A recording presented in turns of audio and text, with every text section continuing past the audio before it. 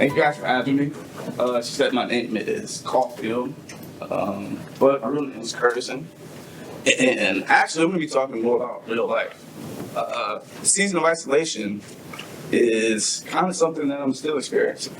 And I want to talk to you guys about, I guess, the last year or so and the importance of having that season of isolation.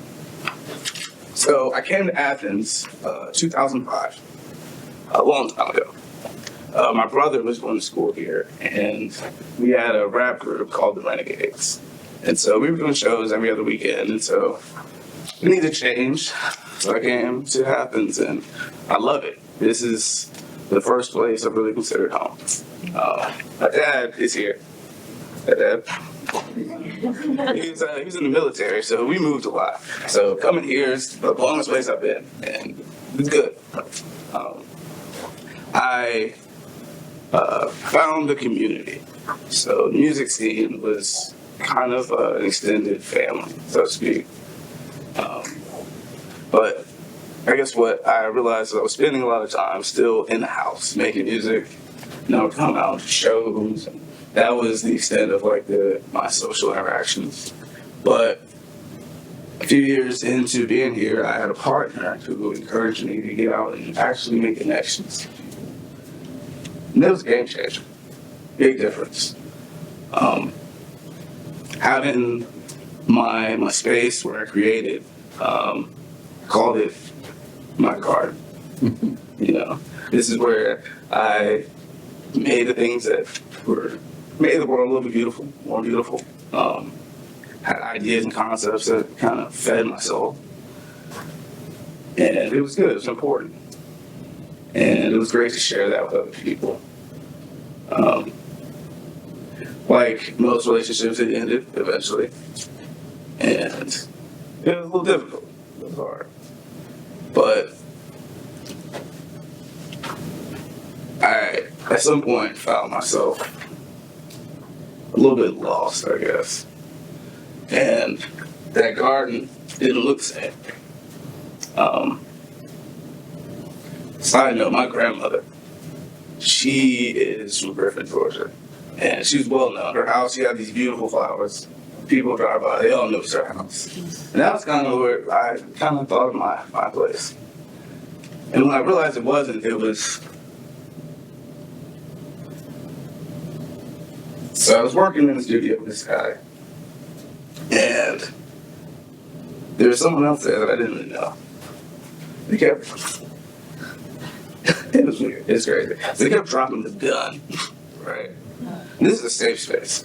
They kept dropping, and I'm like, what's going on? And it made me think about the week prior. There was this other kid who, he was someone that I worked with. He lost both his folks at a young age. It gave him something to focus on, build on. But just that week prior, he was there in my living room with a gun in his mouth. Crazy. This isn't my place. This isn't my garden. So I realized I needed to change.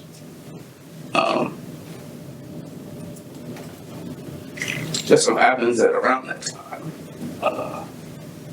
this young lady came into my life who I previously had a relationship with before the spiral. And she said, I live in Atlanta, come see me. Come stay out there. And so, be bold, One of my favorite quotes is be bold, 90 forces will come to your aid. Let's go to Atlanta. And actually, that was really good. It was great. I got to get away from this place. At the same time, it was the best place and became kind of the worst. And there were too many voices. That makes any sense. And so the season of isolation, one of the things that I realized was that in that instance where there are too many voices, it's good to get away so that you can reconnect and hear the voices that matter, the ones that are important. And so in doing that, I had some growth. But everywhere you go, there you are. Turns out the garden wasn't that place. garden isn't Athens. Garden's here. And that beauty, things that I was able to create came from here. And I started to realize that when things started to go south when I was in Atlanta. I've been there for about a week. No judgment here, but she came home and told me she was pregnant. Right? Well, I'm supporting whatever it is that you want to do. Like, I'm here for it. But she opted to not, follow through the pregnancy. But it was pretty heavy on our relationship. Fast forward, this is not too long ago. We had a little family get together in Florida. And she went with us. I had this dream while I was there. And it was one of those like really simple but powerful dreams. And so I'm at this familiar house and I'm walking down the driveway, small and wide driveway, and waiting for the people to come back. And I see them coming, so I turn around, and all of a sudden all hell breaks loose, right? And so all the people I was with, we go to this garden in the back, gardening again. And we just have to like get in the garden and pray and you can't keep your head down. And everyone who did that, they were good, they were saved. But ones who lost faith, they got up, they were gone. So really, really hectic, crazy dream, but at the end of it, made it through the night, and then in the morning, this guy comes and says, this is a modern journey, everyone that's with you now can't go with you where you go. It's really simple. So after that, come back, the bottom falls out, right? So that whole pregnancy, you were not the father. Scared crazy. But when I was prepared for this dream, you know what was coming. A week from there, go to a friend bring me to her godmother's house. And as we're getting closer, I'm like, wait, she have a long driveway with a garden? It's like, yeah, how do you know? Just ask them. Swear to God, this place was the same place from my dream. It was weird. But whether you believe in all the foo-foo stuff, it was something that reminded me that dream and the message was important. And that things were going to be difficult. And again, everybody's with you now, can't go with you where you go.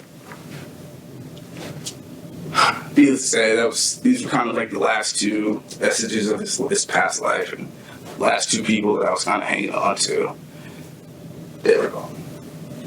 And I had to find a new space. And I went on Zillow, found this place. It's great, really cool. Really the only place that I visited. And you know what sold me when I got there? Anybody got a guess? Had a garden. Had a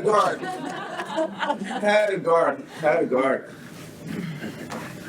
So, as I'm in this new place and kind of getting, accepting where I'm at, that's when I got contacted to speak here about healing and, being an artist. And so, kind of this full circle thing. But in all of this, I guess there were some insights that I learned that were really important. Number one, your garden is to be protected at all costs. That's your piece. And once that piece is gone, it's hard to get it back. Number two, you can have love for everyone. That's now. You can't love everyone. You simply don't have the capacity. And three, protect your garden at all costs. But yeah, so what I guess, and finally, it is really important to sometimes, whatever this isolation is to you, it could be a weekend, could be a week, could be a month, could be a year, whatever. It is important to step away and, connect with yourself sometimes so that you can clearly hear your voice or whatever universe, God, whatever you want to call it, understand where you are and where you're going. And that's my time. Thank you. Thank you.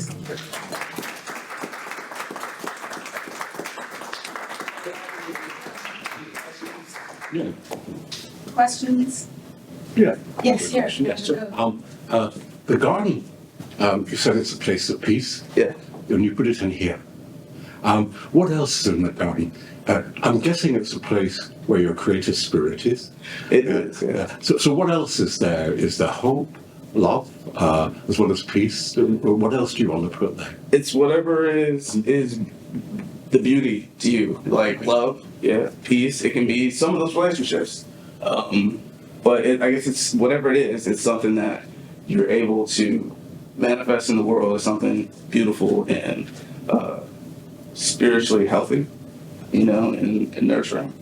And also, I guess I learned that you can have other people in your garden, but it has to be people who are gardeners who want in your garden. Like you can feed them and give them this beauty, but you're not going to be there all the time for forever. And I think it is important to be able to produce that for yourself. And, yeah, but that's what the garden is. Yeah. What else? One, I appreciate the vulnerability.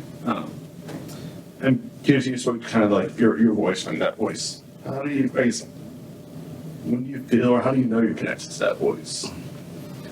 I can only tell you from my experience. I'm one of those people who believe in synchronicity, and so the things that speak to me may not speak to you, but if you open yourself up and listen, I feel like you'll hear it, you'll see it. And it's not an actual voice, but I'm trying to think of like a specific example. When I was contacted to speak here, this whole time I've been thinking about, this was never anything that I really consciously thought about, but I've been working on this project. It was Don't Pick at the Scabs. And that was just about healing, letting yourself heal. And this is, it was Don't Pick at the Scab and Let Your Flower Bloom.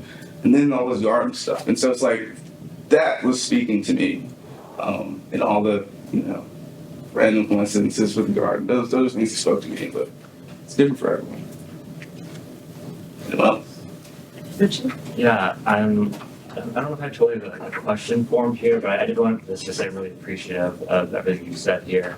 And I with the idea of like the season of isolation and gardening being something involved with the seasons and with cycles and kind of like the process of life and these ups and these downs, and eventually all relationships come to an end. And so you have me in this like reflective zone now and thinking of how, you have these highs and these lows, and it can be really hard when you're in the lows to like realize that it's a season and it will like pass on into the next moment. And so I just want to say thank you for bringing that thought process on. I'm wondering,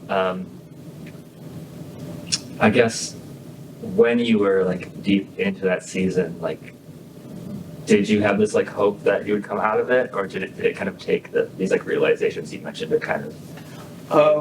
it's not even. It wasn't necessarily a bad thing. The isolation was. It was a little it was uncomfortable. But yeah, I don't think we always have hope for some hope in the mother, Yeah. But yeah, I don't know. I guess at this point, just look at it as, like you said, there are ups and downs, and there's something there to be learned and gained. And sometimes that uncomfortability is what makes it so impactful, and so why the lessons stick. So. I don't know if that's Yeah, that's great. It wasn't even a full question. Thank you. anyone else.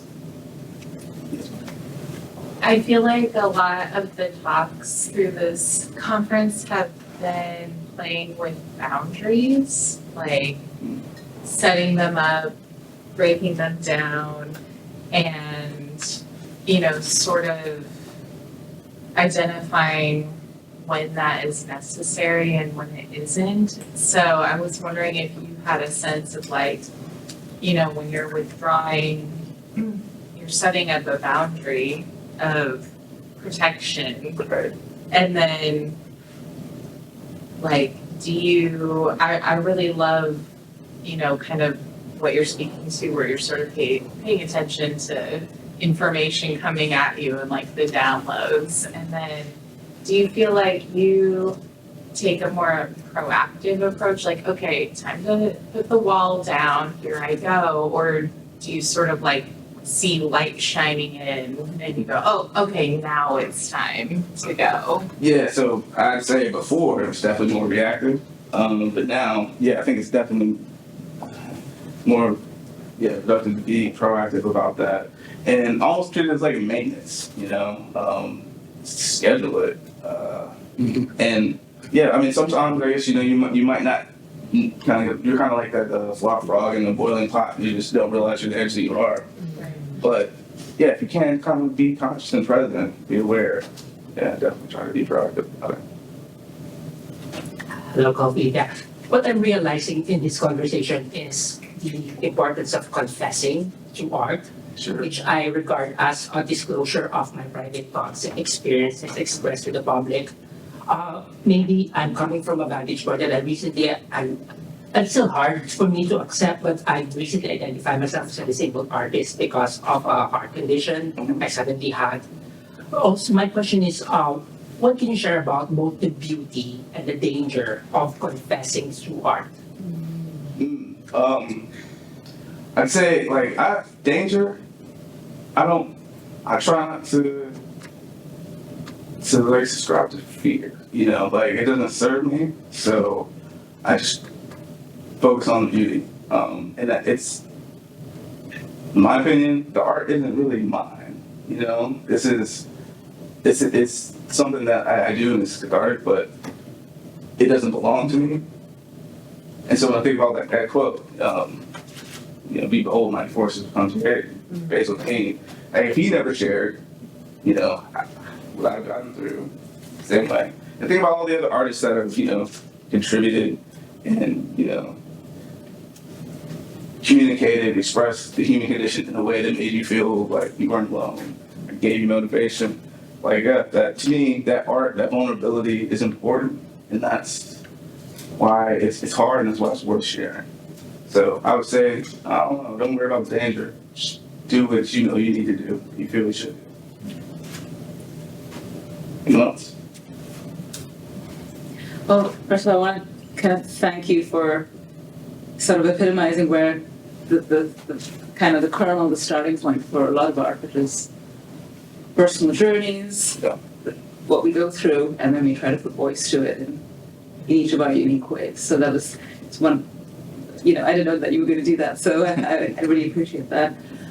I was also wondering whether you could comment, because it's very rare to find someone who's willing to be open about their vulnerabilities and talk about it. I thought it was super powerful, so thank you for that. But I'm wondering, you're talking about healing in someone, so do you have, what I found you did was really powerful, because you sort of say you have to embrace all of the stuff that's coming. And I think a lot of the focus on health and wellness is the denial of the negative. And I don't know how we can make that back, because of course we don't want people to feel awful, but that is an intricate part of them growing as people and going through difficulties, going through, there's no coincidence that the artists whose work speaks to us in the deepest way usually have gone through, pretty hellish experiences themselves. So I was wondering if you could speak to that balance a little bit. Again, you don't have to answer it, but this whole, how do we strike that balance where we somehow, I feel like there's so much of let's put Band-Aids on everything. You shouldn't be feeling fear. You shouldn't be feeling violent. You shouldn't be feeling angry. You should be channeling everything into this whatever. Someone talked yesterday about these sublimated, acceptable ways of being. And I was wondering how you could speak to the tension as an artist of, you don't want to always be in that horrible place, but how to be real to the fact that human experience, you don't have the joy without that pain. You can only have these extremes if you have the other side. Yeah, that's a good question. I don't know, the acceptance of the nature of life is just something that everyone comes to on their own, but in terms of what, and you correct me if I'm wrong, but what you choose to share Yeah. and how I don't know. For me, it's again something that is it's almost natural. You know, like you experience it, and for me, a part of processing it is to actually express it in some type of way. And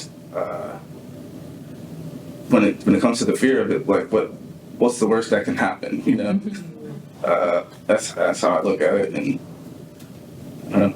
Yeah. Any more questions? Thank you so much for Thank that.